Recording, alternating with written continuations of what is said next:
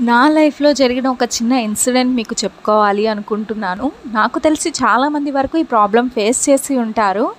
యాక్చువల్‌గా మనకంటూ ఒక మంచి పొజిషన్ ఉండి, మంచి జాబ్, మంచి స్టేజ్‌లో మనం ఉన్నప్పుడు, మన చుట్టూ ఉన్న వాళ్ళందరూ మనతో ఫ్రెండ్లీగానే ఉంటారు. వాడికి ఏ ఆపదొచ్చినా మనమే గుర్తొస్తాం.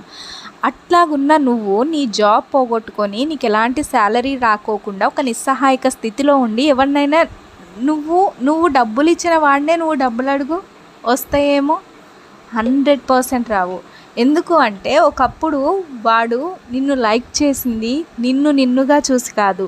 నీ పొజిషన్ చూసి, నీ డబ్బుని చూసి, నీ సాలరీని ఏదైతే ఉందో ఇన్‌కమ్ వాటిని చూసి నిన్ను ఇష్టపడ్డాడు గానీ, నిన్నుగా ఎవ్వడూ ఇష్టపడలేదు. సో, దానికోసం మాత్రమే వాళ్ళు నీ చుట్టూ తిరగడం, నీతో ఫ్రెండ్‌షిప్ చేయడం, నిన్ను పొగడడం, నిన్ను పైకెత్తడం ఇవన్నీ చేశారు.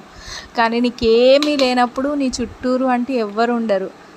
నువ్వు అడిగి నీకు చాలా ఇంపార్టెంట్ అయ్యుండొచ్చు. ఆ పని నీకు చాలా ఇంపార్టెంట్ అయ్యుండొచ్చు. దానికోసం నీకు మనీ కావాల్సి రావచ్చు. నువ్వు ఆ మనీ కోసం వాళ్ళ మీద ఆధారపడి, వీళ్ళ మీద ఆధారపడి, వాళ్ళని అడిగి, వీళ్ళని అడిగి, అందరినీ అడిగి ఎంత కుమిలిపోతావో నాకు తెలుసు. ఎందుకంటే ఆ బాధ నేను అనుభవించాను. కాబట్టి మనం ఒకళ్ళ మీద డిపెండ్ అయ్యేదానికంటే, ఒకళ్ళ మీద నమ్మకం పెట్టుకునేదానికంటే, మన సొంతగా మన కాళ్ళ మీద మనం ఏదో ఒక విధంగా మనం చేయగలిగిన దానిలో ఏదో ఒకటి చేసి మన కాళ్ళ మీద మనం నిలిచి ఉన్నప్పుడు మన సెల్ఫ్ రెస్పెక్ట్ని మనం ఎప్పటికీ పోగొట్టుకోలేము.